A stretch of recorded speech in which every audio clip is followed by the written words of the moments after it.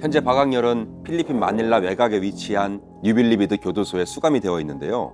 이게 성처럼 높은 벽을 이루고 있어서 난공불락과도 같은 교도소에 수감되어 있으니까 이제 박학렬과 마약과의 고리는 끊어진 걸까요?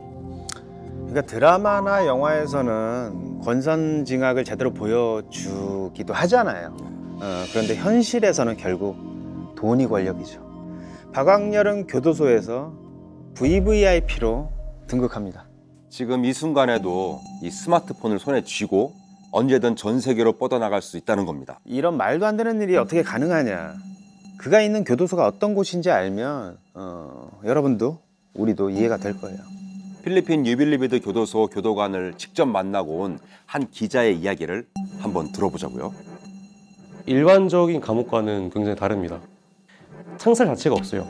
살인범이나 1급 범죄자라고 불리는 사람들이 물건을 사고 팔거나 그 안에서 음식도 구워 먹고 범죄자 마을이라고 보시면 될 것 같아요. 뉴빌리비드 교도소, 약자로는 NBP인데요. 연쇄살인범과 마약계 거물들이 수감돼 있고 대부분 20년형 이상을 선고받은 재범자들이 있는 곳이죠. 위험한 범죄자들이 있으니까 더 철저히 관리를 해야 되는 것 아닌가 하는 상식은 이 나라를 벗어나면 상식 밖의 일이 되기도 합니다. 이 공간이 우리나라의 여의도 반쯤 되는 넓이래요. 교도소 내에서 범죄자들이 자유롭게 활보도 하고 뭐 자유롭게 다니는 건 아주 기본이고요. 우리가 상상하는 것 그 이상의 일도 이곳에서 벌어진다고 합니다. 그냥 길거리에 지나다니면 자연스럽게 마약을 재배를 한다고 하더라고요. 거기서 이제 근무를 하셨던 분들은 기본적으로 길거리 지날 때마다 썩은 내나 마약 냄새는 진동을 한다. 마약을 재배한다는 게 팩트라고 한다면 왜 잡아가지 않냐? 경찰 당국에 알린다고 하더라도 우리가 마약계 거물들에게 받는 하나 15만 원에서 20만 원 정도의 금액이 더 크기 때문에 마약을 재배하고 마약을 거래하더라도 뇌물만 받으면 우린 더 잘 먹고 잘 살 수 있다. 그러다가 이제 직위 해제를 당하게 되면 그건 어쩔 수 없는 일이다라고 얘기를 하더라고요.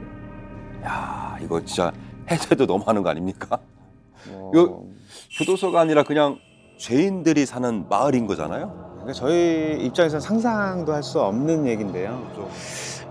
사실 이곳은 돈이면 뭐든지 할 수 있는 곳이에요. 교도관의 한 달 월급이 하나로 한 5, 60만 원 정도인데 범죄자들한테 받는 뒷돈이 한 명당 15만 원, 20만 원 정도.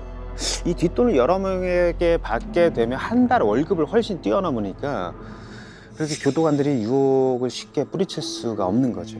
그런데 이 필리핀 경찰 특공대가 교도소를 급습했던 일이 있었어요. 그때 여러 가지 불법 행위가 걸렸는데 이것 때문에 NBP 직원 353명이 직위 해제가 되었는데 그럼 이제 불법 행위가 사라졌냐? 야, 당연히 아니죠. 여전히 교도관의 부업 덕분에 범죄자들은 그냥 자유롭게 살고 있답니다. 이런 교도소라 할 수도 없는 곳에 박학렬이 지금 수감돼 있는 거잖아요. 마약으로 번 돈이 많은 걸로 추정되는 박학렬은 그곳에서 거물급 인사로 통한답니다. 박학렬도 이제 교도관들한테 돈을 주면 자유자재로 드나들 수 있다고 저도 들었습니다. 내부에서 이미 잘 살고 있고 교도관들에게 뇌물을 주면서 일주일에 한 번씩 밖에 나온대요. 자기가 먹고 싶은 음식을 먹으려고 이제 하나로 20만 원 정도 주면 내가 몇 시간 동안 밖에 나가서 먹고 싶은 거 먹고 들어올 테니까 한번 봐달라, 이런 경우도 있고. 살인범의 마약왕, 그리고 필리핀 교도소 VVIP까지 강력범죄의 표상이 된 박학렬은 도대체 과거에는 어떤 사람이었을까요? 박학렬이 자체가 그 피해를 주고 할 만큼의 영향력이 됐던 사람은 아닙니다. 그냥 평범하게 그 먹고 살기 위해 갖고 카지노에 이런 사람들 오면 말 그대로 관광 가이드 역할 하는 그 외에는 자기 위치가 없었습니다. 그 현지 로컬 동네에 조그만 집에 한 한국 돈으로 35만 원 정도 하는 월세방에 살다가 피해자들이 들어오고 이후에 집도 옮겨가고 또 차량도 고급 SUV 차량도 구매도 하고 물질적으로 조금 나아지는 모습을 그 한국 사람들이 들어온 이후에 많이 나아졌습니다. 더 거슬러 올라가 보면 그가 필리핀에 오기 전까지만 해도 한국에서 참치를 납품하던 수산업자였다고 합니다.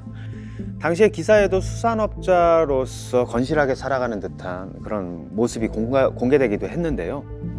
자, 그러면 이거예요.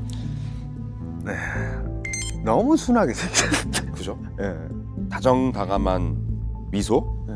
그리고 깔끔한 옷차림.